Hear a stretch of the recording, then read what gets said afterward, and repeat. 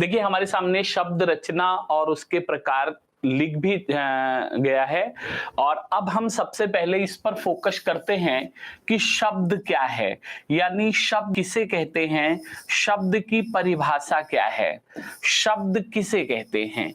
विद्यार्थियों इस पर आप लोग कई बार चर्चा भी कर चुके होंगे या बहुत सारे लोग इसको जानते भी हैं।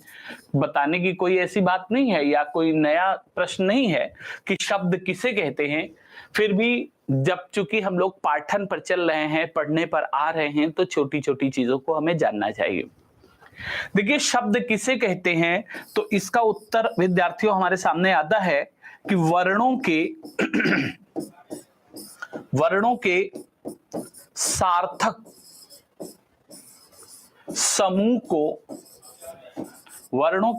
समूह को शब्द कहते हैं। यानी शब्द क्या है, इसकी परिभाषा देते समय विद्वान ये कहते हैं कि वर्णों का एक सार्थक समूह जब हमारे पास हो तो वर्णों के उसी सार्थक समूह को हम लोग शब्द कहते हैं। विद्यार्थियों ध्यान दीजिएगा कि वर्णों का समूह, जब बात आती है कि वर्णों का समूह क्या है, तो वर्णों का समूह दो तरह के प्रश्नों को लाता है। जैसा कि मैंने पिछली कक्षा में चर्चा भी किया था कि सवाल का जवाब देने के पहले हमें सवाल को अच्छे से समझना होगा, हमें ये जानना होगा कि प्रश्न में पूछा क्या है। यानी आपने देखा होगा कि वर्णों का व्यवस्थित, कैसा व्यवस्थित, वर्णों का व्यवस्थित व क्रमबद्ध, कैसा क्रमबद्ध, व्यवस्थित व क्रमबद्ध समूह। अगर वर्णों का व्यवस्थित और क्रमबद्ध समूह हमको मिल जाए तो वर्णों का व्यवस्थित, क्रमबद्ध, और इसमें एक नया शब्द हम और भी जोड़ सकते हैं कि वैज्ञानिक, कैसा वैज्ञानिक। विद्यार्थियों वर्णों का व्यवस्थित, क्रमबद्ध व वैज्ञानिक समूह, अगर हम बात करें कि ये क्या है, तो वर्णों का व्यवस्थित, क्रमबद्ध और वैज्ञानिक समूह हम लोग देखते हैं कि ये वर्णमाला कहलाता है। विद्यार्थियों इसकी जानकारी आपको होगी भी, लेकिन फिर भी मेरे हृदय में ये भाव आया कि मुझे आपको बताना चाहिए। शब्द भी वर्णों का समूह है और वर्णमाला भी वर्णों का समूह है। वर्णों के समूह पर, वर्णों के अक्षरों के समूह पर जब चर्चा होती है तो दो तरह के प्रश्न आते हैं। वर्णों का समूह अगर व्यवस्थित हो, क्रमबद्ध हो और वैज्ञानिक हो तो विद्यार्थियों वो वर्णमाला कहलाता है। लेकिन वर्णों का वही समूह जो सार्थक हो, क्या हो, सार्थक हो, वो शब्द कहलाता है। विद्यार्थियों वर्णों के सार्थक समूह को हम शब्द कहते हैं। फिर अब आती है बात की शब्द रचना और उसके प्रकार पर चर्चा होगी, तो आगे इसे हम बढ़ाते हैं। आइए आप लोग देखिए शब्द में जैसे ही बात की जाती है तो शब्द उत्पत्ति के आधार पर, यानी उत्पत्ति के आधार पर शब्द, तो विद्यार्थियों जैसे कि कल हमने चर्चा भी किया था, आपसे कहा भी था कि आप लोग इसको देखिएगा और देख करके इसका उत्तर भी हमारे साथ पढ़िएगा। उत्पत्ति के आधार पर जब हम लोग शब्द पढ़ते हैं तो उसमें पहले हम तत्सम पढ़ते हैं, फिर हम तद्भव पढ़ते हैं और फिर हम इसके बाद तीसरे नंबर पर देशज पढ़ते हैं और फिर इसके बाद चौथे नंबर पर हम विदेशज पढ़ते हैं। विद्यार्थियों हम लोगों को यह जानना बहुत जरूरी है कि शब्द रचना में शब्द कितने प्रकार के होते हैं और उन शब्दों को जानने के लिए हमें किस तरह उन्हें पहचानना चाहिए या किस तरह उनकी पहचान करनी चाहिए।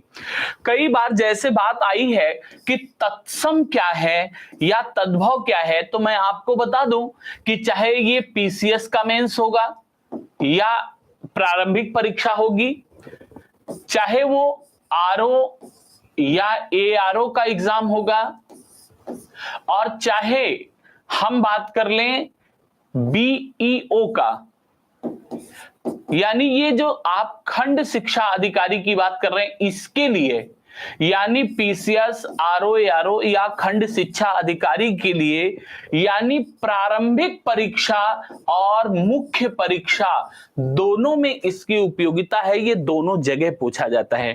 तो इसका मतलब है कि हमको अगर देशज विदेशज की चर्चा न करनी हो तो देशज विदेशज, चूंकि जैसे खंड शिक्षा अधिकारी है यहां पर, या फिर देशज विदेशज की चर्चा PCS के प्रीलिम्स में जो CSAT में हिंदी आती है उसमें जरूरत पड़ेगी। फिलहाल हमको देशज विदेशज और ये तत्सम तद्भव इनकी जरूरत पड़ेगी। खंड शिक्षा अधिकारी के मेंस में इसकी आवश्यकता पड़ सकती है। तो विद्यार्थियों, हम लोग पहले ये देखते हैं कि तत्सम तद्भव और देशज विदेशज है क्या। ये भी शब्द है लेकिन इनके नाम हमको समझने होंगे कि ये कब तत्सम होते हैं, कब तद्भव हो जाते हैं, कब देशज हो जाते हैं और कब विदेशज हो जाते हैं। विद्यार्थियों, आपको मैं एक बात बता रहा हूं कि जैसे मान लीजिए कि हमारे सामने ये हम हटा देते हैं, अब हमारे सामने जैसे बात अगले उसकी आई, तो तत्सम क्या है, जैसे लिखा कि उपानह, ये उपानह क्या है, ये तत्सम शब्द है। और इस उपानह शब्द से जो तद्भव बनेगा वो पनही बनेगा। क्या बनेगा? पनही बनेगा। और जैसे ही इसकी बात आएगी कि या इसी उपानह या पनही के लिए कोई देशज शब्द है, तो आप बिल्कुल कहते हैं यस, एक देशज शब्द है जिसका नाम है जूता। अब विदेशज शब्द में इसके भिन्न भिन्न प्रकार के नामों की चर्चा की जाती है। जैसे आप इसको अंग्रेजी में शूज कहते हैं, तो अब कोई बात नहीं है, आप इसको तो जानते हैं कि विदेशज शब्द अलग अलग भाषा के आएंगे तो अलग अलग स्थान पर अलग अलग नाम बोला जाएगा, उसकी चर्चा हम अभी बाद में करते हैं। लेकिन फर्स्ट ऑफ ऑल हम आपको बता दें कि जैसे भारतीय भाषा में भारतीय शब्दों की बात करेंगे तो तत्सम जिसे हम उपानह कहते हैं, तद्भव जिसे हम पनही कहते हैं, और देशज जिसे हम जूता कहते हैं। अब ध्यान दीजिएगा विद्यार्थियों कि इस तत्सम तद्भव और देशज, तत्सम तद्भव और देशज के लिए हमने एक ही शब्द का नाम लिया, यानी हम बात जूता की कर रहे हैं। और वहां पर जब तत्सम बोलना हुआ तो उसे हमने उपानह कहा, और जब उसे तद्भव बोलना हुआ तो उसे हमने पनही कह दिया। और जैसे ही हम उसे एक देशज शब्द से बुलाना चाहे वो क्या, जूता के नाम से जाना गया। अब विदेशज भाषा में अरब में कुछ अरबी, फारसी, तुर्की, अंग्रेजी, पुर्तगाली, फ्रांसीसी, डच, यानी जो भाषा के शब्द में इसको जो बोला जाता है उसकी चर्चा हम बाद में करेंगे, क्योंकि विदेशज शब्द अभी लंबा होगा और यहां पर उसको समझाना थोड़ा सा आपके लिए मुश्किल होगा हमारे लिए आपको। तो मैं आपको पहले ये समझाने की कोशिश कर रहा हूं कि जो भारतीय भाषा जिसे आप जानते हैं, जिसे आप सुने समझे हैं, उसमें आप देखिए कि ये क्या है।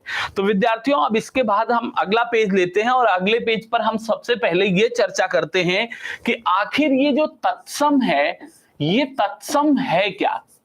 तत्सम और तत्सम के पैरेलल ही हम तद्भव भी ले लेते हैं, देशज और विदेशज नेक्स्ट पेज पे लेंगे। तो अब देखिए विद्यार्थियों, तत्सम और तद्भव की हम बात करते हैं तो तत्सम और तद्भव का पहले हम संधि विच्छेद करते हैं, यानी इन दोनों शब्दों को पहले हम अलग करते हैं, अलग करके पहले इनकी जड़ तक पहुंचते हैं। अगर हम इसका संधि विच्छेद करते हैं तो इसमें एक शब्द निकलेगा तद और दूसरा निकलेगा सम। विद्यार्थियों, बहुत ध्यान से आप इसको समझते चलिएगा। ये तद का मतलब होता है उसी के, और सम का मतलब होता है समान या जैसी। उसी के समान, उसी के जैसी, यानी विद्यार्थियों अब आपको एक बात हम पीछे ले चलते हैं। पिछली कक्षा में हमने जब भाषा की उत्पत्ति पर चर्चा की थी तो हमने बताया था कि भाषा की उत्पत्ति जब हुई तो दुनिया की जो सबसे पुरानी भाषा थी, वो दुनिया की सबसे पुरानी भाषा संस्कृत हुई। कौन सी हुई? संस्कृत। संस्कृत से जिस भाषा का जन्म हुआ उसे पाली कहा गया, और पाली से जिसका जन्म हुआ उसे प्राकृत कहा गया, और प्राकृत से जिसका जन्म हुआ उसे अपभ्रंश कहा गया, और अपभ्रंश से जिसका जन्म हुआ उसे हिंदी कहा गया। ये चर्चा हम लोगों ने पहले ही कर ली है। तो संस्कृत, पाली, प्राकृत और अपभ्रंश से होती हुई हिंदी का जो विकास हुआ है, इसमें तत्सम का मतलब होता है उसी के समान, उसी के समान इन द सेंस जो सबसे पहली भाषा थी उसके समान। तो जो सबसे पहली भाषा थी वो कौन थी? वो थी संस्कृत। कौन सी भाषा थी भैया? संस्कृत। तो दुनिया की जो सबसे पुरानी भाषा थी उसे हम लोग बोले संस्कृत। तो जो संस्कृत के समान भाषा थी या जो संस्कृत ही थी उसी को हम लोग क्या बोल गए? उसी को हम बोल गए तत्सम। यानी तत्सम का मतलब होता है संस्कृत। तत्सम में तद और सम जब दोनों को हमने अलग किया तो तद का मतलब हुआ उसी के और सम मतलब हुआ समान। उसी के समान यानी जो सबसे पुरानी भाषा थी, जो सबसे प्राचीन भाषा के रूप में हमारे यहां प्रयोग की गई, उसका नाम था संस्कृत। और उसी के बिल्कुल समान, उसी के जैसे हूबहू या वही शब्द, आप ये भी कह सकते हैं कि जब संस्कृत भाषा के मूल शब्द हूबहू या अपनी मूल अवस्था में जस के तस हिंदी में प्रयोग किए गए तो उसको हम लोगों ने कहा कि वो क्या है? तत्सम है। और अगली बात को हम देखते हैं, अगले शब्द को हम देखते हैं कि ये तद्भव लिखा है। तद्भव में अगर हम इसका संधि विच्छेद करते हैं तो ये लिखेगा तत् और भव। अब ध्यान दीजिएगा विद्यार्थियों कि हमको संस्कृत में संधि, समास, कारक, उपसर्ग, प्रत्यय यानी खंड शिक्षा अधिकारी की मुख्य परीक्षा में बड़ा सेक्शन है, बड़ी चीजें पढ़नी पड़ेंगी। तो अब तत् और भव दोनों का मतलब क्या हुआ? तत् का मतलब हुआ उसी से, और भव का मतलब हुआ उत्पन्न। अब उसी से उत्पन्न यानी एक नया शब्द हमें मिला, उसी से उत्पन्न। विद्यार्थियों अच्छे से आप देखिए, तद्भव को जब हम संधि विच्छेदित करते हैं तो इसमें तत् और भव निकलता है। तत् का मतलब हो गया उसी से, और भव का मतलब होता है उत्पन्न। उसी से उत्पन्न अर्थात जो संस्कृत से ही उत्पन्न आखिरी भाषा थी उसका क्या नाम था? हिंदी। यानी संस्कृत से ही उत्पन्न क्रम से जो आखिरी भाषा थी उसका नाम था हिंदी। तो इसका मतलब विद्यार्थियों आप अपने मस्तिष्क में एक बात बैठाइए कि जो हिंदी है वही क्या है? वही तद्भव है। यानी तत्सम माने उसी के तरह या वही। जब वही हो यानी संस्कृत हो तो तत्सम है, और जब उसी से उत्पन्न आखिरी भाषा है जिसकी चर्चा आप यहां देख रहे हैं किए हुए हैं, तो तद्भव का मतलब हमको विद्यार्थियों क्या लेना है? हिंदी। यानी तत्सम का मतलब हमें संस्कृत समझना है, लेकिन तद्भव का मतलब हमें हिंदी समझना है। विद्यार्थियों हमारे सामने तत्सम और तद्भव दो चीजें रखी हैं। जैसा कि मैं आपको फिर से एक बार याद दिलाऊं कि अगर पीसीएस की परीक्षा आप देते हैं तो पीसीएस के प्री प्लस मेंस दोनों में इसका रोल है। आरओ एआरओ के प्री और मेंस दोनों में इसका रोल है। बीईओ में दोनों में इसका रोल है। यानी हम हर जगह इसको पाते हैं। हमको प्रारंभिक और मुख्य परीक्षा दोनों जगह इसको पढ़ना है। तो मैं आपको बता दूं कि पीसीएस की मुख्य परीक्षा में तो इसकी परिभाषा तक पूछी जाती है, या जिस तरह से पेपर के पैटर्न में बदलाव कर रहे हैं, कभी ऐसा भी हो सकता है कि यहां पर भी इसके सवाल पूछें तो बिल्कुल परिभाषा भी पूछ लें। तो आपको विद्यार्थियों ये बताना है, मस्तिष्क में अपने आप रखिए, परिभाषा आप खुद ब खुद सुंदर सी गढ़ सकते हैं। आप कॉन्सेप्ट अपना क्लियर कर लीजिए कि तत्सम का मतलब संस्कृत और तद्भव का मतलब हिंदी। यानी आप ये कहना चाहते हैं तत्सम, तत् और सम दो शब्दों से मिलकर बना है, जिसमें तत् का अर्थ है उसी के, और सम का मतलब हुआ समान। तो उसी के जो समान यानी जो सबसे पहली भाषा थी उसके समान जो भाषा सामने आई वो थी तत्सम, और उसी भाषा से उत्पन्न जो दूसरी और आखिरी भाषा थी उसको हम लोगों ने कह दिया तद्भव। तो तद्भव का मतलब हिंदी और तत्सम का मतलब संस्कृत। विद्यार्थियों, मैं आपको सुविधा के लिए एक और बात बता दूं, कई बार 4 शब्द ऑप्शन देते हैं और चारों में ये पूछ लेते हैं कि आप बताइए कि इसमें एक शब्द है जो तत्सम है या एक शब्द है उसे अलग करिए जो तद्भव है। यानी तत्सम और तद्भव को भी कई बार हमसे 4 शब्दों में पूछ लेते हैं कि केवल नाम बता दीजिए कि कौन शब्द ऐसा है जो तत्सम है या कौन सा शब्द तद्भव है।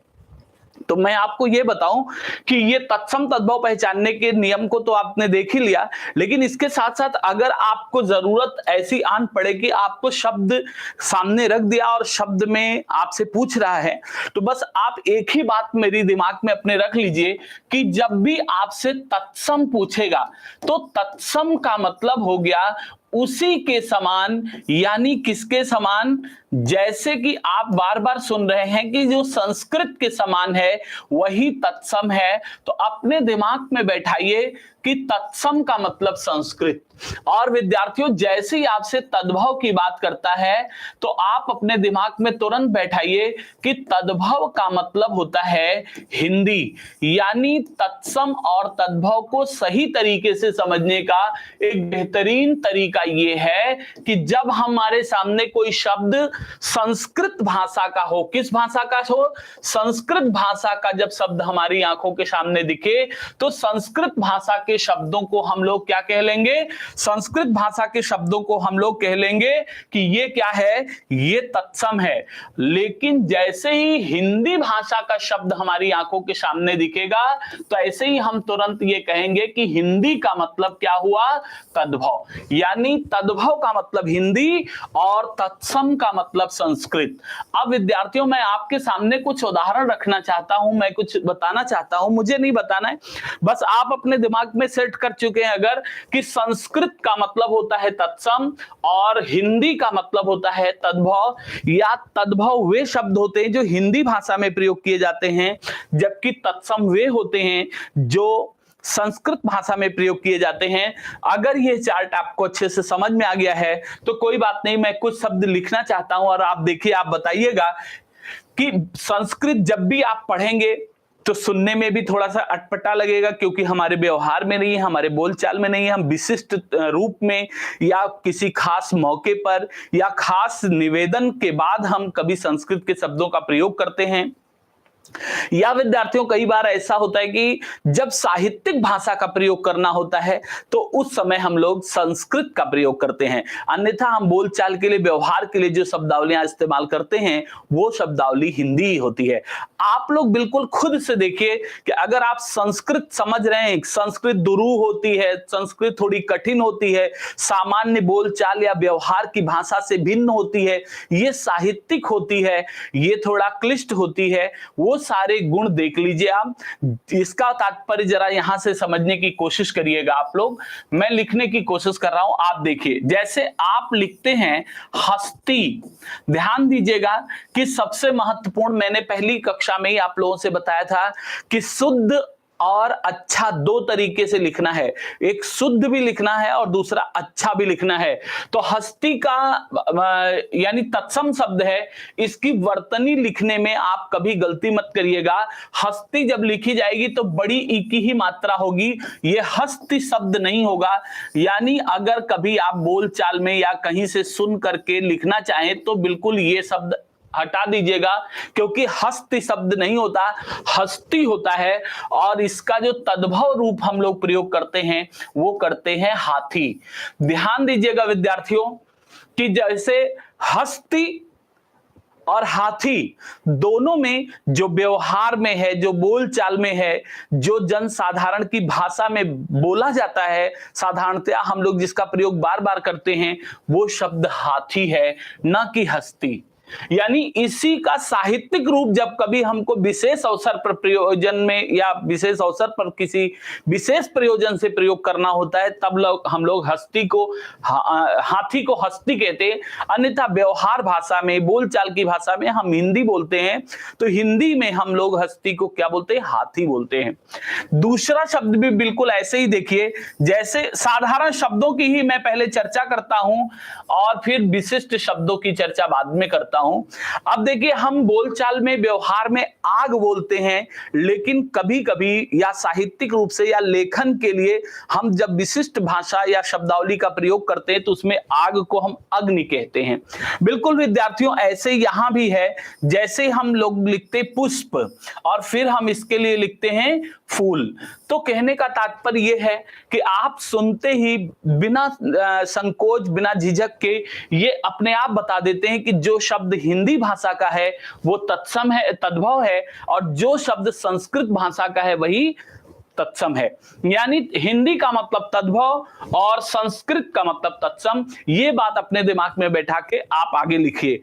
और भी बहुत सारे शब्दों को लिखने की मैं कोशिश कर रहा हूं, आप देखते चलिए। जैसे ये देखिए, हमने लिख दिया है हरिद्रा। विद्यार्थियों जरा सा ध्यान दीजिएगा। और फिर लिख दिया है हमने हरदी, या इसी की स्पेलिंग में कभी कभी इसको हल्दी भी कह दिया जाता है। परेशान होने की जरूरत नहीं है, हरदी विशिष्ट शुद्ध है, उसके बाद हल्दी का प्रयोग हो सकता है। भाषा में कई बार ल के स्थान पर र का प्रयोग खूब व्यवहारिक है। इससे शब्द गलत या अशुद्ध नहीं हो जाते, क्योंकि कई बार हमारे यहाँ मंदिर बोला जाता है तो कुछ लोग इसे बोलचाल में या व्यवहार में मंदिर कह देते हैं। हमारे यहाँ दीवार बोला जाता है, शब्द को जरा सा फोकस करिएगा। हमारे यहाँ दीवार बोला जाता है और दीवार को कई बार व्यवहार में लोग दीवाल कह देते हैं। तो दीवार घड़ी को दीवाल घड़ी कहते हुए सुना गया है। तो र के स्थान पर ल का प्रयोग व्यवहारिक है। और भारत के संबंध में तो खास करके विद्यार्थियों आपको पता है कि यहां पर कहा गया है कि कोस कोस पर बदले पानी, चार कोस पर बानी। यहाँ पानी और बानी का स्वाद बिल्कुल बदलता हुआ आपको मिलेगा। फिलहाल अब हरिद्रा का हरदी, और फिर जैसे ये देखिए, ध्यान दीजिएगा, ये है वानर, और इस वानर का अगर बंदर मिलता है तो व्यवहार में हम लोग बंदर बोलते हैं, वानर नहीं बोलते। वानर आप लोग संस्कृत में बोलते रहे होंगे, संस्कृत में रूप भी याद करते रहे होंगे। अगर याद हो तो वानरह, वानरौ, वानराह, यानी बालक की तरह इसका रूप चलता था। हाँ, ऐसा ही शब्द एक तरह से आप प्रयोग करते बानर। ध्यान दीजिएगा कि व के स्थान पर जहां ब का प्रयोग है वो शब्द तद्भव है, और उसी से आप समझिएगा कि इसको हम लोग बंदर और बानर बोलते हैं। फिर इसी तरह का, जैसे आप देखिए, आप बोलते काष्ठ, फिर आप बोलते काठ, आप बोलते हैं गुंठन। विद्यार्थियों, ये पीसीएस के प्री परीक्षा में भी आ चुका है। गुंठन या इसी को अवगुंठन भी बोलते हैं। गुंठन या अवगुंठन, इसके लिए एक शब्द हमारे व्यवहारिक शब्द में आता है घूंघट। अब ध्यान दीजिएगा, गुंठन या अवगुंठन सुनते ही हमको लगता है कि हमने इसको कम सुना है, हम इसे कम जानते हैं। उसके स्थान पर व्यवहारिक भाषा, व्यवहारिक शब्दावली जिसका प्रयोग हम सबसे ज्यादा करते हैं वो है घूंघट। तो कहने का तात्पर्य है कि आप सुनते ही ये जान जाएंगे कि तद्भव का मतलब होता है हिंदी। यानी जो हिंदी में हम बोलते हैं वो हर शब्द क्या होता है, वो तद्भव होता है। तो विद्यार्थियों, हमको सबसे महत्वपूर्ण बात यह है कि अपने दिमाग में ये बैठा के चलना है कि अगर बात हिंदी में कही जा रही है या शब्दावली हिंदी भाषा की है तो निसंदेह वो क्या है, वो तद्भव है। अगर उसी का साहित्यिक रूप, इसी का परिशिष्ट रूप, उसी का कुछ सुधरा हुआ या उसी का कुछ और अच्छा सा क्लिष्ट सा शब्द, कठिन सा लगने वाला कोई शब्द है, व्यवहार से बिल्कुल इतर है, कभी कभी या विशिष्ट प्रयोजन पर हम बोलते हैं, तो वही क्या हो जाता है, तत्सम हो जाता है। जैसे यहां हमने लिख दिया चंद्र, और बोलचाल में हम इसका प्रयोग बार बार करते हैं, क्या, चांद। जैसे ही हमने कह दिया लिंग पट, और इसके लिए व्यवहारिक शब्द हम लोग लंगोट का प्रयोग किए, तो हमको तुरंत पता चल जाएगा कि हम व्यवहार में क्या बोलते हैं। तो विद्यार्थियों, कहने का मेरे मतलब ये है कि आप अपने मस्तिष्क में तत्सम और तद्भव को समझने की, पहले तो तत्सम क्या है और तद्भव क्या है इसको क्लियर करने के लिए अपने मस्तिष्क में बस दो बातें बैठा लीजिए कि तत्सम का मतलब होता है संस्कृत और तद्भव का मतलब होता है हिंदी। मैंने पूरी क्लास में इसको इतनी बार बोल दिया है कि आई थिंक अब आपको भूलना ही नहीं है। आपको जब भी कहीं कोई शब्दावली की बात आएगी तो तुरंत आप ये सोचने लगेंगे हिंदी है तो तद्भव होगा और संस्कृत है तो तत्सम होगा। बस आपके दिमाग में एक बात बैठ जाए। इसके आगे जो भी चीजें हैं उसको हम लोग और आगे बढ़ाना चाहते हैं, आगे ले चलना चाहते हैं, तो जरा देखिएगा। जैसे ये है आमलक, आमलक बोला, अब आपको समझ में आ गया कि ये रोज बोलने वाला या व्यवहारिक या ऐसा शब्द नहीं है जिसको हम व्यवहार में या रोज रोज चलन में लाते हैं, बल्कि इसका कभी विशिष्ट प्रयोग होता होगा। इसके लिए कौन सा हिंदी शब्द विशेष प्रयोग किया जाता है, वो है आंवला। देखिए आंवला रोज आप बोलचाल में, जैसे ही आंवला आपको कहीं सब्जी की दुकान पर दिखता है या कहीं खेतों में पेड़ में दिखता है तो आप तुरंत उसके लिए आंवला शब्द बोलते हैं। जिससे भी आप बातें उसके बारे में करते हैं या खुद से अगर कुछ सीन समझनी होती है तो आप हमेशा आंवला कहते हैं, आमलक नहीं कहते। उसे जब आंवला कहते हैं तो निसंदेह वो तत्सम है, व्यवहार की भाषा का शब्द है, और व्यवहार की भाषा का शब्द है तद्भव है, क्योंकि व्यवहार की भाषा का शब्द है, हिंदी भाषा का शब्द है। तो विद्यार्थियों आपके दिमाग में संस्कृत दिखते ही तत्सम आना चाहिए और हिंदी दिखते ही तद्भव आना चाहिए। जैसे ये देखिए अम्लिका, यानी आमलक की तरह ही अम्लिका अगर आ गया और फिर इमली आ गया तो विद्यार्थियों आप बताइए कि कौन सा शब्द है जो आप व्यवहार में बोलते हैं और कौन सा शब्द है जब विशिष्ट अवसर पर या साहित्यिक रूप से लिखने के लिए आप बोलते हैं। तो वो आपको बताने की जरूरत नहीं पड़ेगी, खुद ही आपको समझ में आ जाएगा।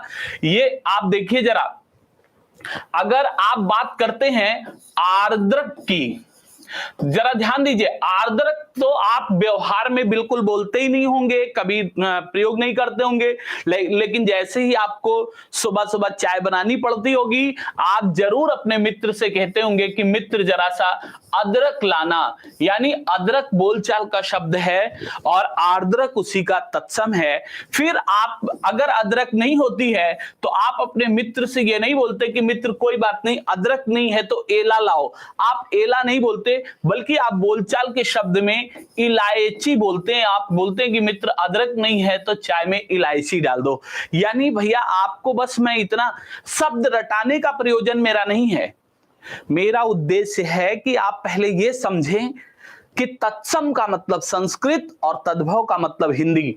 इसमें हम कहीं भी नहीं बताएंगे कि ये तत्सम है, ये तद्भव है, ये तत्सम है, ये तद्भव है, बल्कि आपको खुद से ढूंढ करके समझना है, आपको खुद से ये पता लगाना है कि ये क्या है। जैसे आप लिखते हैं मातृ तो आप इसको बोलते हैं माई। अब बोलचाल में आप माई कहते हैं, बोलचाल में आप मातृ शब्द का प्रयोग नहीं करते, लेकिन विशिष्ट रूप से व्यवहार से बिल्कुल इतर जब साहित्यिक लेखन करना होता है तो आप हमेशा उसको मातृवंदना कह करके बुलाते हैं या मातृ पितृ भक्ति कह के बुलाते हैं। तो कहने का मतलब है कि विशिष्ट प्रयोजन पर या विशिष्ट रूप से जिस शब्दावली का हम प्रयोग करते हैं वो होता है तत्सम, और जो व्यवहार में सामान्य रूप से हम प्रयोग करते हैं वो होता है तद्भव। जैसे मातृ की तरह ही भ्रातृ भी है, भ्रातृ का मतलब हो गया भाई, जैसे मातृ से माई वैसे भ्रातृ से भाई। और हाँ ध्यान दीजिएगा विद्यार्थियों एक चीज और, ये एग्जाम में चूंकि बार बार आते हैं, तो जैसे ये है माता, तो माता का तद्भव रूप होगा मां। आप कहते होंगे कि माता तो हम व्यवहार में बोलते हैं, तो माता अगर आप व्यवहार में बोलते हैं, बिल्कुल मैं मान रहा हूं कि कई बार ऐसा होता है कि बहुत सारे ऐसे तत्सम शब्द होते हैं, बहुत सारे ऐसे तत्सम की शब्दावलियां होती हैं जो व्यवहार और चलन में आसान होने के कारण बहुत ज्यादा आ जाती हैं। तो उनको भी समझने के लिए आपको ध्यान रखना है कि माता का जो तद्भव रूप है वो है मां। और मैं आपको एक बात बता दूं कि दुनिया का कोई भी शब्द अगर आपको मिलता है और उसके ऊपर अगर ये चंद्रबिंदु, जिसको आप अनुनासिक कह रहे हैं, अगर ये चंद्रबिंदु है तो दुनिया का कोई भी शब्द होगा तो वो हर हाल में तद्भव ही होगा। यानी जिस भी शब्द के ऊपर चंद्रबिंदु लगा हुआ है विद्यार्थियों, चंद्रबिंदु देखते ही उसके बारे में कुछ विचार करने की जरूरत नहीं है, यानी चंद्रबिंदु है तो तद्भव ही होगा। इतना कह करके आप टिक करिए, आगे बढ़िए। चलिए आगे हम अगली चर्चा करते हैं। जैसे ध्यान दीजिएगा, अगर ये लिखा है वधिर, तो विद्यार्थियों वधिर और बहरा, अब ध्यान दीजिए कि मूक और वधिर हम लोग साहित्यिक रूप से या लेखन के लिए या विशिष्ट लेखन के लिए बोलते हैं, लेकिन बहरा हम लोग इसको व्यवहारिक रूप से बोलते हैं। तो कहने का मतलब है ये है वर्धकी। जरा विद्यार्थियों देखते चलिएगा शब्दों को, वर्धकी है तो ये बढ़ई। जरा ध्यान दीजिए कि आप बढ़ई व्यवहार में बोलते हैं या वर्धकी बोलते हैं, आप वृश्चिक बोलते हैं। जरा ध्यान दीजिए, ये वृश्चिक है और ये बिच्छू है। तो विद्यार्थियों आपको ही ये तय करना है कि आपके व्यवहार की शब्दावली, बोलचाल की शब्दावली बिच्छू है या वृश्चिक है। अगर आप ये तय करते हैं कि बिच्छू बोलचाल की है, व्यवहार की भाषा है, तो हमारे तो व्यवहार की भाषा हिंदी है, और जो हिंदी है वो इसका मतलब है कि तद्भव है। तो अगर हमारे हिंदी या व्यवहार की लोक भाषा से भिन्न अगर कोई शब्दावली साहित्यिक है और क्लिष्ट है, कठिन है बोलने में थोड़ा सा, तो निसंदेह वो संस्कृत होगी, और संस्कृत है तो तत्सम है। ठीक है, कोई बात नहीं। बहुत सारे शब्दों को हम आपको और भी उदाहरण दे सकते हैं, लेकिन अब इसकी कोई जरूरत नहीं है। आई थिंक कि आप लोग इसको समझ चुके होंगे। बट अब मैं आपको एक कोशिश और करता हूं। विद्यार्थियों, कई बार ऐसा होता है हमारे सामने कि तत्सम तद्भव यानी ये शब्द शक्तियां हैं, शब्द संपदा है, शब्द की शक्ति है या शब्द की सामर्थ्य है।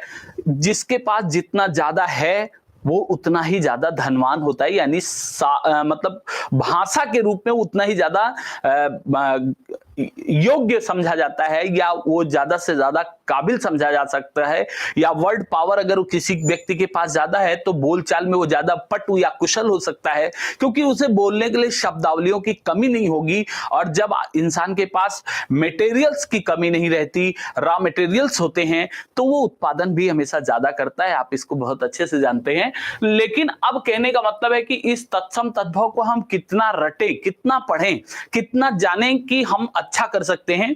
मैं अभी इसमें आपको थोड़ा सा बताने की कोशिश कर रहा हूं कि देखिए तत्सम तद्भव एक तो रटने, चूंकि शब्द है तो अब शब्दों को जानने के लिए इसे रटना ही पड़ता है, दूसरा कोई ऑप्शन नहीं होता। लेकिन फिर भी कई बार ऐसा होता है कि बहुत सारे नियमों पे जब हम शब्दों को रटते हैं तो वो नियम हमारे लिए आसान हो जाते हैं। जैसे विद्यार्थियों, मैं थोड़ी देर के लिए तत्सम तद्भव को ब्रेक करके 1 मिनट के लिए आपको ये नियमों की बात बताना चाहता हूं कि शब्दों को अगर हमने एक बार नियमों पर पकड़ लिया तो कई बार हमारे सामने ये बहुत आसान हो जाता है। मैं वही परिचर्चा करना चाहता हूं, वही बात आपके सामने रखना चाहता हूं।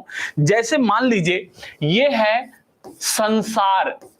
विद्यार्थियों ध्यान से देखिएगा, ये संसार है और इस संसार में अगर एक प्रत्यय लगा दिए हम इक, और संसार में इक प्रत्यय लगा करके अगर हम इस शब्द को जोड़ते हैं तो ये संसार में इक जुड़ेगा, ई जो है वो स्वर है और र पे लगेगी, तो संसारिक होना चाहिए। लेकिन एक नियम ये कहता है कि जब भी किसी पद में, जब भी किसी शब्द में इक प्रत्यय जोड़ते हैं तो इक तो जुड़ेगा ही जुड़ेगा, साथ में पहले अक्षर पर आने वाला ह्रस्व स्वर माने छोटा स्वर अपने आप दीर्घ हो जाता है। तो संसार में जब इक जुड़ेगा तो यहां संसारिक तो हो ही रहा है, संसारिक। देखिए संसारिक तो हो ही रहा है, संसार में इक जोड़ दिया। लेकिन जब नियम ये कह रहा है कि पहला छोटा स्वर अपने आप बड़ा हो जाता है, पहले अक्षर पर जो छोटा स्वर है वो अपने आप बड़ा हो जाता है, तो उस नियम से हम इसे भी क्या लिखेंगे, सांसारिक लिखेंगे। अब इस नियम को हमने अपने दिमाग पे अगर बैठा लिया तो ऐसे ही एक दूसरा शब्द हमारे सामने आता है सप्ताह, और फिर इसमें कहता है कि जोड़कर इक बताइए कि शब्द क्या बनेगा, तो साप्ताहिक बनेगा। हम व्यवहारिक रूप से यानी सबसे पहले इसे साप्ताहिक जोड़ दिए, जो दिख रहा है उतना तो जोड़ दिए, लेकिन नियम यह कहता है कि जब भी किसी शब्द के अंत में इक प्रत्यय जुड़ता है तो उसका पहला छोटा स्वर जब दीर्घ हो जाता है तो ये देखिए साप्ताहिक हो गया। अब ये देखिए एक शब्द है अधिकार, और इस अधिकार में अगर हमने इक प्रत्यय जोड़ा तो विद्यार्थियों अब बिल्कुल वही चीजें हमको सामने लानी है। हम बिल्कुल यहां लिख रहे हैं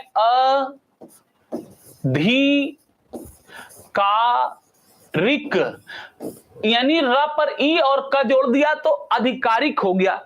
लेकिन विद्यार्थियों अभी अभी आपने पहले दो शब्दों में ये नियम लगाया है कि जब कभी भी किसी भी शब्द के अंत में इक प्रत्यय जुड़ता है तो उसका पहला छोटा स्वर अपने आप दीर्घ हो जाता है। तो अब इसे दीर्घ करने के लिए हमने क्या प्रयोग किया? आधिकारिक। तो कहने का मतलब है कि अगर हम किसी चीज को नियम पर जान जाएंगे तो नियम पर जान जाने के बाद कभी हमको दिक्कत नहीं आएगी। और यही चीज हमारे लिए महत्वपूर्ण है कि हम शब्दों को सीखने के लिए, सीखने के अनुक्रम में अगर हमको कुछ नियमों की जानकारी हो जाती है या कुछ नियम बता दिए जाते हैं तो हमारे लिए वो नियम ज्यादा लाभदायक होते हैं और उन नियमों पे हमें काम जरूर करना चाहिए। मैं बिल्कुल ऐसी ही कोशिश हिंदी में तत्सम तद्भव को लेकर के करना चाहता हूं। मैं आपको बिल्कुल बताना चाहता हूं कि कई बार शब्द संपदाओं में बहुत सारे नियम ऐसे होते हैं जो एक दूसरे को जोड़कर शब्द रचना करने में हमें सहायता प्रदान करते हैं। हालांकि ये सब गुण, ये सब बातें पुस्तकों में नहीं मिलेगी, लेकिन फिर भी हम लोगों ने प्रयास करके ये ऐसा कुछ करने की कोशिश की है जिससे विद्यार्थियों के लिए थोड़ा रास्ता आसान हो जाए। तो आइए एक बार हम फिर से दूसरे शब्दों की ओर चलते हैं और उन शब्दों को देखते हैं कि वो शब्द हैं क्या। विद्यार्थियों अभी देखिए हमारी अगली बात यह है कि जैसे हम आपसे कहते हैं तत्सम तद्भव बनाने के नियम, तो कहने का मतलब है कि तत्सम तद्भव बनाने के नियम तो हम यहां लिख रहे हैं, लेकिन हमने जितनी भी किताबों में पढ़ा है कहीं ये लाइन लिखी नहीं मिली है। यानी तत्सम से तद्भव बनाने का कोई नियम या तद्भव से तत्सम बनाने का कोई नियम, ऐसा कुछ भी हमने किताबों में नहीं पढ़ा है। लेकिन फिर भी इतने दिन के स्वाध्याय से या इतने दिन के अनुशीलन से जो कुछ भी सीखा है थोड़ा सा, वो मैं आपको परोसने की कोशिश कर रहा हूं, वो मैं आपको पहुंचाना चाहता हूं आप तक। आप जरा उसे समझिएगा कि ये है क्या चीज। तत्सम तद्भव बनाने के लिए जैसे हम नियम नंबर 1 उठाते हैं, नियम 1 के अंतर्गत हम कौन सी चीज रख रहे हैं, हम आपको बस रास्ता आसान करके बताना चाहते हैं। देखिए कई बार होता है कि अगर हमने 1000 शब्द रट लिए और आपने 1001वां पूछ लिया जो उस 1000 की शब्दकोश से बिल्कुल भिन्न है या दूर है, तो हम फेल हो गए ना। यानी आपके पहले ही शब्द पर या पहले ही सवाल पर हम फेल हो गए। तो यहां पर यह बात है कि हम कितना रट के जाएंगे, हमें चीजों को कुछ समझ के भी जाना है। अब ध्यान दीजिएगा भैया, नियम नंबर 1 में यह कहता है कि अगर कोई शब्द है जो व से बना हुआ है, कोई भी शब्द ऐसा है जो व से बना हुआ है और उसी व के बदले अगर ब का प्रयोग हो रहा है, यानी ब से दूसरा शब्द बन रहा है, तो व से बनने वाला ज्यादातर शब्द वो क्या होगा? वो होगा तत्सम। और ब से बनने वाला उसी के अकॉर्डिंग ब से बनने वाला शब्द जो होगा वो हो जाएगा तद्भव। अभी इसके कुछ शब्दों का उदाहरण भी आपने लिया होगा, देखा भी होगा। यानी व से जो शब्द बन रहे हैं वो बन जा रहे हैं क्या? तत्सम। और अगर उसी व के बदले ब दूसरे साइड हो जा रहा है तो वो बन जा रहा है तद्भव। वो जरा सा देखिए कैसे, जैसे अभी आप कह रहे थे वृश्चिक, और वृश्चिक के व के बदले अगर यहां ब होके बिच्छू हो जा रहा है तो ये क्या बन गया? तद्भव। अगर यहां देखिए वर यात्रा लिख रहा है, वर यात्रा निसंदेह कठिन शब्द है, संस्कृत जैसा लग रहा है, बोलने में अटपटा लग रहा है, व्यवहारिक बिल्कुल नहीं है, ये अव्यवहारिक रूप से इसका प्रयोग कम किया जाता है। तो निसंदेह वृश्चिक और वर यात्रा ये दोनों तत्सम के शब्द हैं। इनके लिए बनने वाले तद्भव शब्दों की क्या बात है वो जरा देखिए, ये है बारात। और हाँ विद्यार्थियों, एक खास बात पर आप आपको मैं रोकना चाह रहा हूं, जरा सा आप यहां रुकने की कोशिश करिएगा। यहां ध्यान ये दीजिए कि हमारे पास वर्तनी, मैंने आपसे कहा था कि दुनिया में कोई भी व्यक्ति अगर वर्तनी अच्छी नहीं जानता तो मुझको लगता है कि उसको ज्ञान चाहे जितना हो, लेकिन जब भी वो आलेखन के कार्य में आता है कई बार वो अपमानित होता है, कई बार उसे नुकसान सहना पड़ता है। मैंने देखा भी है इन चीजों को।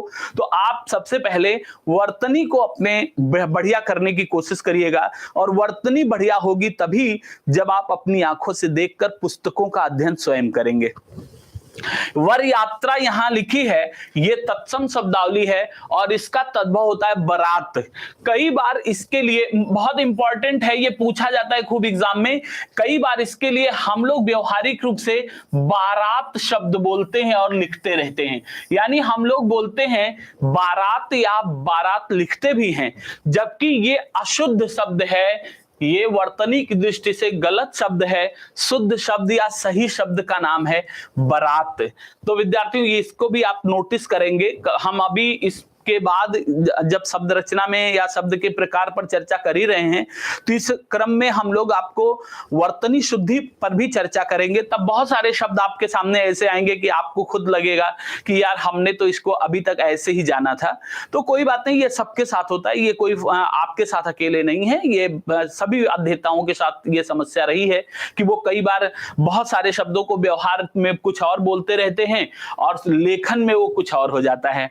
तो आइए अगला देखिए, व से बनने वाला शब्द तत्सम बन रहा है और उसी व के बदले जब ब शब्द का प्रयोग हो जाता है तो वो क्या बन जाता है, तद्भव बन जाता है। जैसे विद्यार्थियों एक शब्द है बलि वर्द। अब आप इसमें यह भी कह सकते हैं कि सर इसमें बलि वर्द लिखा है, तो बलि वर्द व्यवहार में तो आप बोलते नहीं हैं, व्यवहारिक शब्द है नहीं। इसका मतलब है कि ये जब कठिन है बोलने में, व्यवहार से इतर शब्द है और इसमें आरंभ का ब है लेकिन बीच में वह अक्षर भी आया है। तो वह अक्षर की अगर हम बात करते हैं, वह वर्ण की बात करते हैं, तो अब ये क्या बनाता है, बैल। अब ध्यान दीजिए कि बोलचाल में हम बैल बोलते हैं न कि बलिवर्द बोलते हैं। तो वह के बदले यहां ब हुआ है, तो वह से अगर ब बनता है तो वो बन जाता है तद्भव। इसी तरह के और भी शब्दों को आप चाहें तो देख सकते हैं, बहुत ज्यादा शब्द हैं। जितना आप पढ़ते जाइए उनको क्रॉस करते जाइए, पुस्तक उठाइए, पढ़ते समय ये देखते जाइए कि कौन कौन सी चीजें हमको मिल रही हैं ऐसी, या कौन कौन से ऐसे शब्द हैं जो टैली कर रहे हैं, नहीं कर रहे हैं तो क्या नहीं कर रहा है। जैसे ये देखिए, आपने अभी अभी कहा वामन, ये आप वामन की जगह जब बौना बोलेंगे, ये है वपन, वपन की जगह जब आप बोना बोलेंगे, वर्धकी की जगह जब आप बढ़ई बोलेंगे,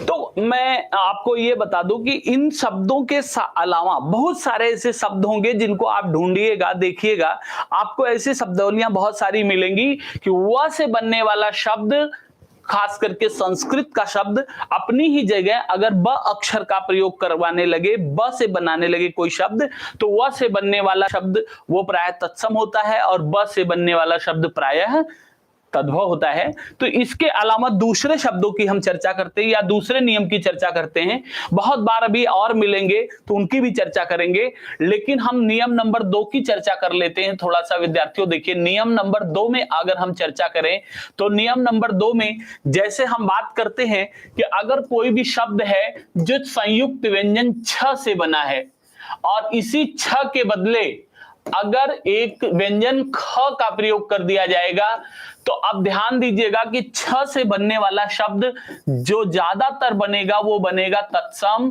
और इससे बनने वाला शब्द जो बनेगा वो बनेगा तद्भव। इससे आए हुए बहुत सारे सवाल भी आपकी आंखों के सामने अब गुजरने वाले हैं। जैसे विद्यार्थियों आपके सामने ये लिखा है परीक्षा।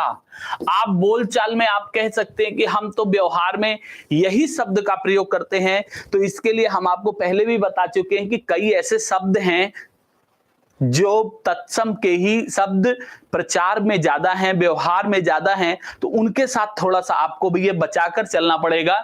लेकिन ये एक बात और हमने आपसे कहा कि बोलने में क्लिष्ट होगा, आसानी से बोला नहीं जाएगा, कठोर आरोह अवरोह पैदा करेगा, तो वो तत्सम होगा। इस छ के बदले अगर हम इसे लिख देंगे परख, तो परीक्षा तत्सम है, और परख क्योंकि हम व्यवहार में बोलचाल में अक्सर बोलते हैं भाई किसी चीज को जांच परख कर ही अपने पास रखिएगा, तो परख शब्द जो है वो परीक्षा का तद्भव है।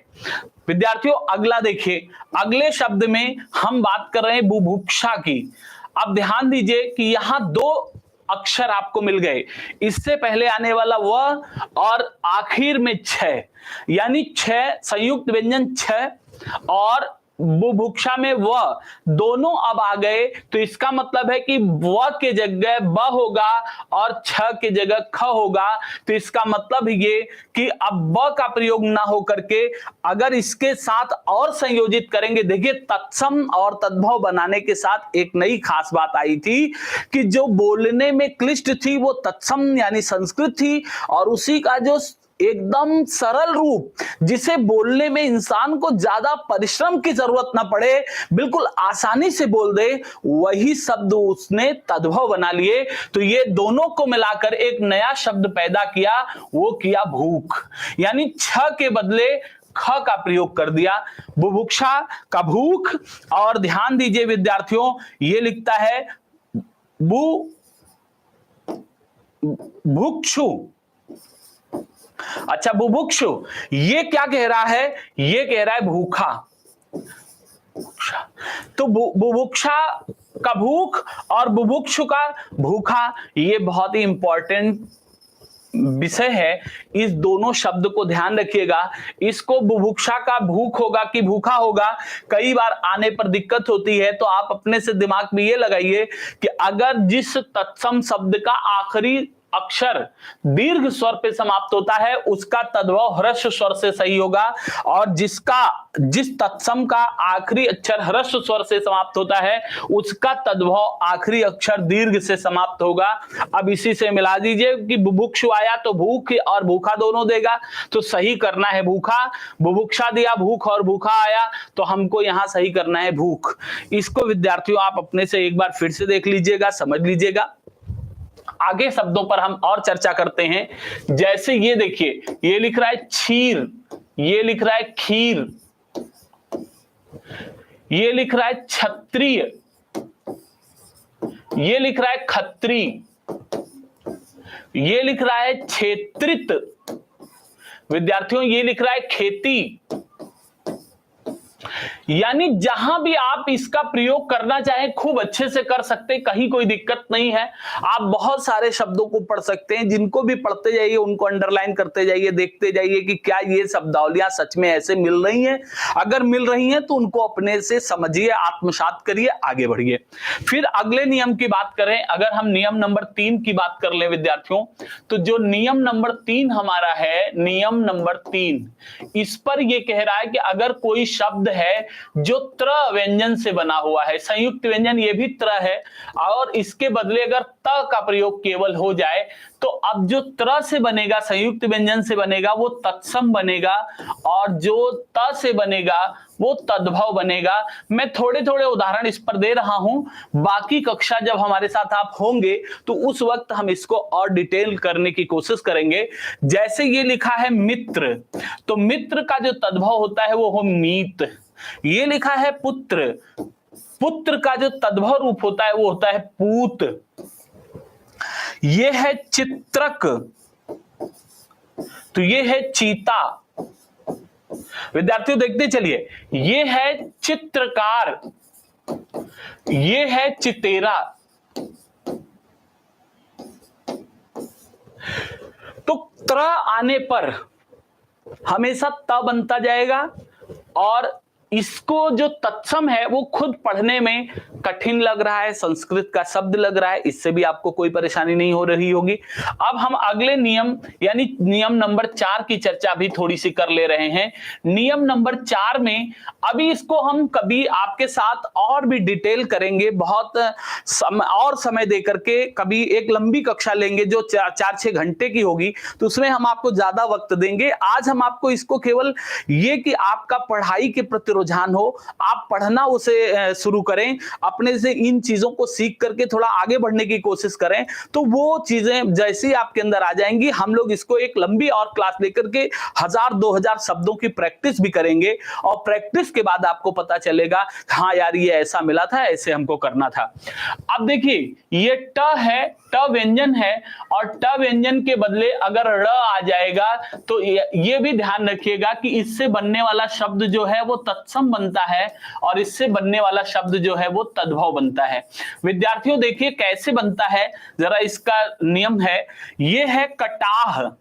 आया हुआ प्रश्न है, जो भी प्रश्न इधर लिख रहे हैं ये लगभग परीक्षाओं में आए हुए हैं, और ये कटाह से यहां देखिए हम लिखेंगे कड़ाह। अब ध्यान दीजिए कि कई बार होता है कि हम वर्णों के नीचे ये जो नुक्ता लगा हुआ है इसका प्रयोग करें कि न करें।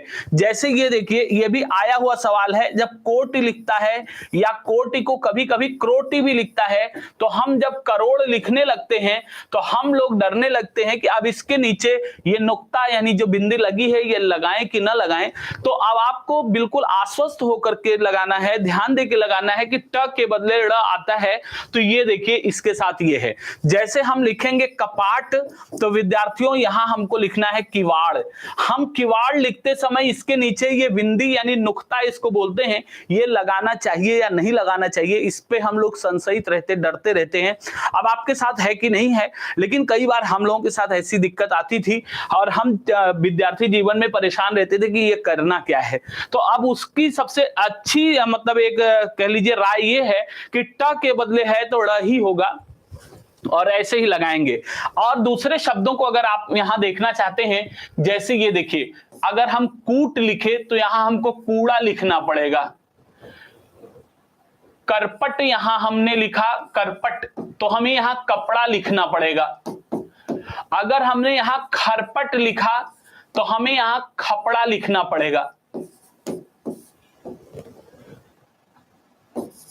यहां हमने करकट लिखा तो हमें यहां केकड़ा लिखना पड़ेगा। तो ये विद्यार्थियों आपको बहुत सारे शब्दों पर आसानी देगा, बहुत सारे शब्दों को पढ़ने में आपको इंटरेस्ट क्रिएट करेगा।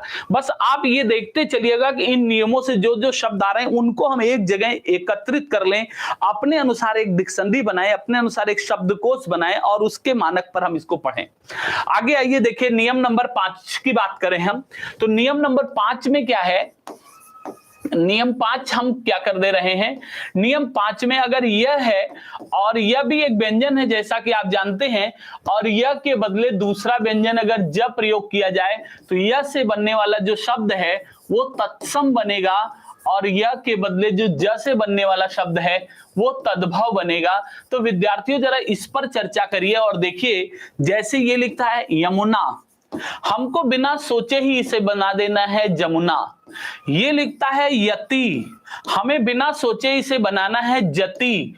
ये लिखता है यौवन, हमको बनाना है जोबन।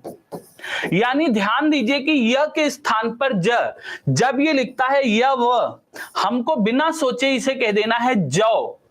ये जब लिखता है यदा, हमको बिना सोचे कहना है जब। यानी जहां भी य का प्रयोग होगा वो हमेशा ज में कन्वर्ट होगा। जैसे ये शब्द भी खूब आता है यज्ञोपवीत, और इस यज्ञोपवीत को हम बिना सोचे कहते हैं जनेऊ। यानी य के स्थान पर ज का ही प्रयोग होता है। जैसे ये लिखता है यादव, तो हमको लिखना है जादव। यानी य के स्थान पर ज का ही प्रयोग होता है। जैसे ही हमको दिखता है योगी, हम इसको कहते हैं जोगी। जैसे ही ये कहा है युवक, वैसे ही हमें इसे कहना है जवान। यानी य के स्थान पर ज का प्रयोग ही हमको करना है। और ये नियम आप अगर पढ़ते जाएंगे तो आपको बड़ा आनंद आएगा। उस आनंद के साथ शब्दावलियां भी आप तैयार करते जाएंगे, याद करते जाएंगे। धीरे धीरे भय मुक्त भी होते जाएंगे, डर भी आपका खत्म होता जाएगा, यानी आपको ज्यादा अच्छा समझ में आएगा। आगे विद्यार्थियों, नियम अगर हम बात करते हैं 6 की, तो नियम नंबर 6 में हमारे साथ क्या है कि जैसे मान लीजिए कि हमारे पास कोई अक्षर ऐसा है कि जो अर्ध, पहले श का देख लीजिए फिर हम देखते हैं। ये तालव्य श है और ये मूर्धन्य श है। ध्यान दीजिएगा, इस तालव्य और मूर्धन्य श के स्थान पर जब दंत श का प्रयोग होने लगे तो ध्यान दीजिएगा कि इनसे बनने वाले यानी इन दोनों से बनने वाले शब्द ज्यादातर तत्सम ही होते हैं। इनका शब्द जब आता है तद्भव, तो दंत स बनता है, वो तद्भव की शब्दावली में ही कन्वर्ट होता है। जैसे विद्यार्थियों ये देखिए, हमने यहां लिखा है स्वसुर। अब देखिए इस पहले वाले श के स्थान पर हम कर दे रहे हैं ससुर, लेकिन ध्यान दीजिएगा कि इसका दूसरा स दंत स है, यानी इसका भी प्रयोग हुआ है। तो कई बार ऐसा होता है कि आपको ये इसको जानने के लिए, चूंकि मैंने पहले ही बताया था कि इसका कोई नियम नहीं होता कि नहीं इसके स्थान पर यही ही होना है, ये प्रायः की बात की जा रही है कि प्रायः ऐसा ही होता है। जैसे आप मान लीजिए बात करते हैं स्वश्री, अब यहां हर जगह वही स है, ये हो जाएगा सास। लेकिन जैसे ही बात करेंगे श्वास, फिर एक बार दंत स आएगा, लेकिन ये बनाएगा सांस, यानी सांस। तो कहने का तात्पर्य यह है कि श से प्रयोग होने वाला शब्द खूब बनाइए आप। जैसे ये देखिए सरकरा, अब हर जगह नहीं बदलेगा, कई बार ऐसी स्थिति आएगी कि वहां अपवाद रहेगा, वहां वही शब्द रहेगा, लेकिन उसको समझने के लिए आपको मैंने जो पहला नियम बताया था कि जो क्लिष्ट लगे, कठिन लगे, संस्कृत लगे उसे तत्सम बना दीजिए, जो बोलचाल का या व्यवहार का शब्द लगे उसे आप तद्भव बना दीजिए। जैसे सरकरा से आप शक्कर कहते हैं तो अक्षर का कोई बदलाव नहीं हुआ, लेकिन देखने में सरकरा लगता है कि ये तत्सम शब्द है और शक्कर जो है वो तद्भव शब्द है। तो इस तरह से विद्यार्थियों बहुत सारे और नियम हैं, इस पे और भी शब्द हम बताएंगे आपको, लेकिन जब कभी आप हमारे साथ जुड़ करके पढ़ेंगे तो और आप अपनी तरफ से प्रश्न भी करेंगे तो और ज्यादा बेहतर होगा। तब हम कम से कम 3-4 घंटे की तत्सम तद्भव पे एक लंबी क्लास लेंगे और आपको बताएंगे उन चीजों को। अगले एक नियम की चर्चा और कर लेते हैं हम, यानी ये नियम नंबर 7 है अगर हमारे सामने, तो ये नियम नंबर 7 में जब भी कभी ऐसा होगा, कोई भी शब्द होगा जिस पर अनुस्वार लगा होगा, क्या लगा होगा विद्यार्थियों? अनुस्वार लगा होगा। तो अनुस्वार के बदले जब बात आएगी चंद्र बिंदु की, जैसे कि अभी थोड़ी देर पहले ही हमने चर्चा किया था चंद्र बिंदु की, अनुस्वार के बदले अगर चंद्र बिंदु है, अनुस्वार मतलब ये अंक की बिंदी जो होती है ये अनुस्वार कहलाती है, और चंद्र बिंदु आप जानते ये है, ये चंद्र बिंदु है।